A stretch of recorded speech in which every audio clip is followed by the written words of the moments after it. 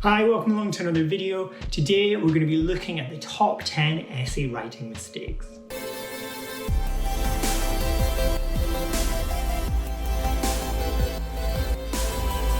Okay, so essay writing is a really important factor when it comes to your studies. It's a really good habit to get into to utilise effective essay writing skills and to watch out for the little mistakes that can really add up and pull down your mark. So let's have a look at some of the top 10 essay writing mistakes. Number 1, misreading the question. Make sure you've read and understood the question.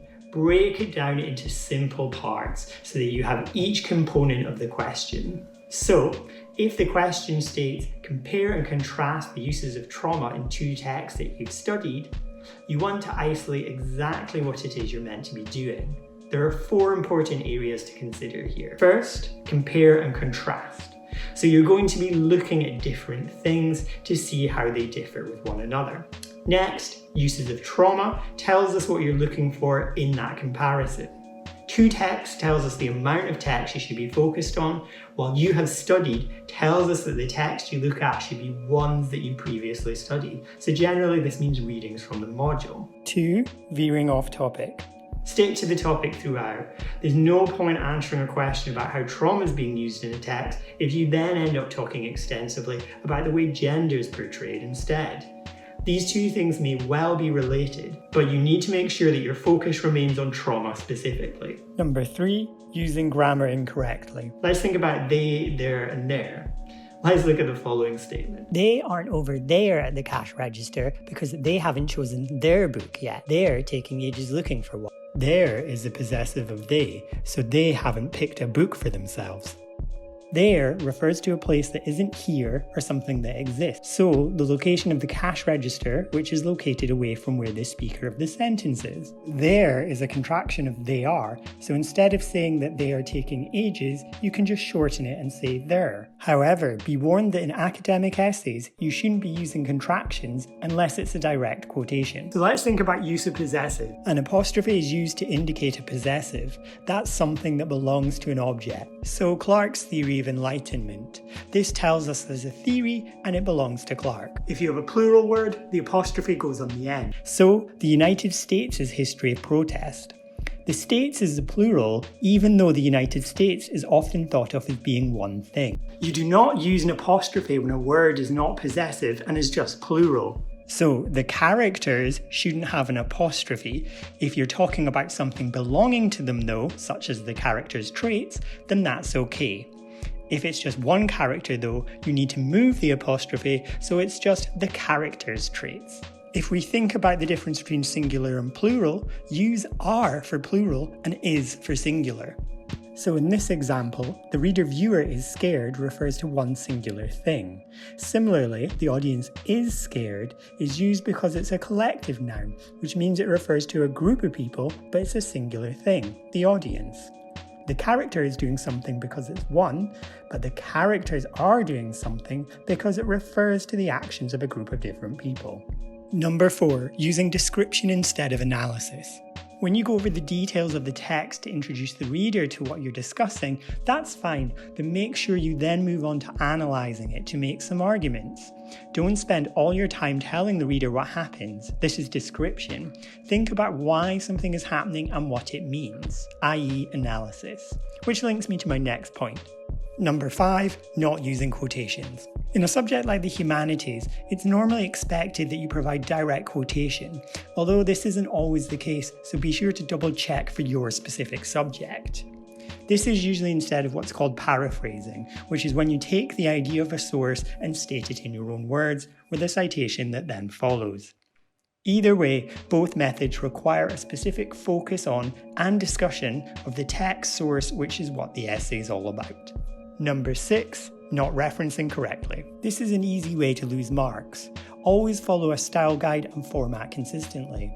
There are free generators available online, plus if you Google the style guide you're using, it'll most likely come up. Usually your school provides one too. Make sure you italicize books while short stories and poems are not. They are put in inverted commas. Sometimes you might need to reference a poem that has the same name as the collection it features in. So what do you do there? Basically, when you're talking about the poem, use inverted commas, but if you're speaking about the whole collection, use italics. Make sure you know which referencing system you should be using. Some use footnotes, such as MHRA, while others use something called in-text citation, whereby the citation goes in the main body of the essay. If you're using footnotes, it's first name, last name. But in the bibliography, it's last name, comma, first name. Also use hanging indents. This is a preset in Word. Highlight the bibliography, right-click and go to paragraph. Under indentation is a drop-down menu called Special.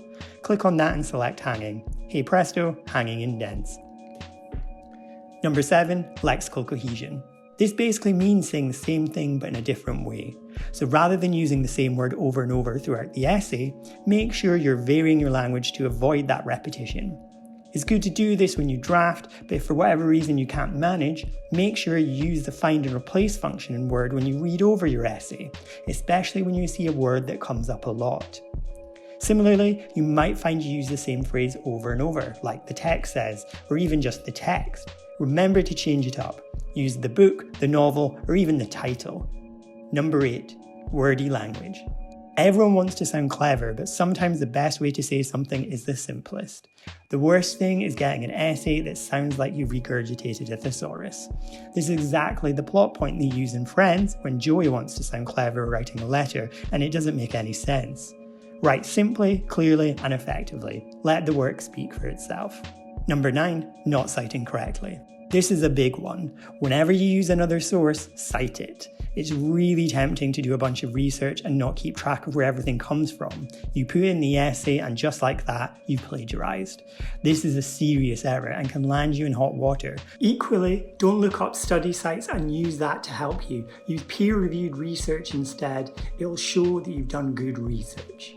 Wikipedia doesn't count, but, and keep this secret, sometimes it references sources that are suitable, so do go and check them out. Ideally, you should be using academic databases, so if you don't know what they are, get in touch with your librarian to show you. It will make your life so much easier. Remember, don't quote things like Wikipedia and SparkNotes or other study sites, or even worse, quote them for word.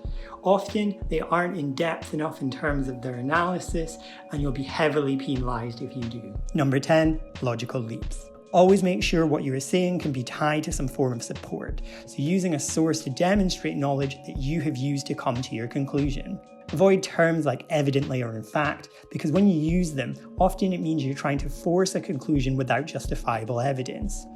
If you provided what you need in terms of argument, analysis, and evidence, then it will be clear to the reader already without you having to force the point. So that's it. Those are the top 10 essay writing mistakes.